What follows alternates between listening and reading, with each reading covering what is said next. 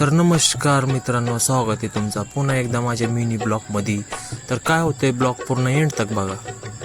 तर मी गाडीवर निघालो कुठं, तर मोमोज घ्यायला गेलो. तिथनं परत काय आपला सूरज भैया भेटला तिकडं विक्रीपाशी. त्यांचे भाऊ मंगल भैया, त्यांना माहिती आहे आपला ब्लॉग चालू आहे म्हणून ती तोंडच दाखवत नव्हता. तुम्हाला माहिती आहे का, हा व्हिडिओ मी स्टोरीला टाकलं होतं कमिंग सून म्हणून. तर ही स्वतः ती ब्लॉग कमिंग सून म्हणून. गेल्या वारीला इकडं आलतो तर काय आपला मस्तपैकी शूट झाला नव्हता, कारण पाऊस चालू होता म्हणून म्हणलं. मग आतमध्ये आल्यावर काय मेनू चेक केलं. मेनू चेकमध्ये बघितलं मस्तपैकी मोमोज गरम गरम द्या म्हणलं त्यांना. मोमोज तयार होऊस तर म्हणलं तुम्हाला हॉटेल दाखवतो.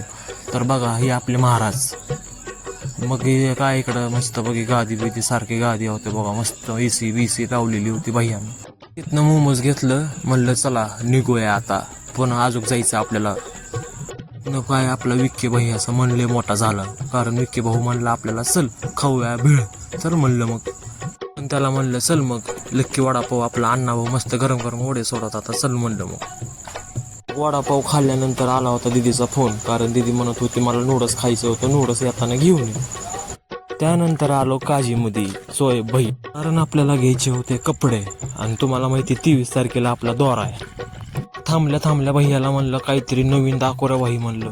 तर बघा हे घेतले मी कपडे, कसे दिसतात, चांगले आहे का नाही कमेंटमध्ये मला नक्की सांगा. हो का, कसे आहेत, डेंजर, मला तर लय आवडला बघा. मग ती घेतल्यानंतर निघालो बघा घरी. तर कसं वाटलं भावांनो ब्लॉग, लाईक करा, फॉलो करा आणि शेअर करा. आणि 23 तारखेला लवकर ब्लॉग येईल.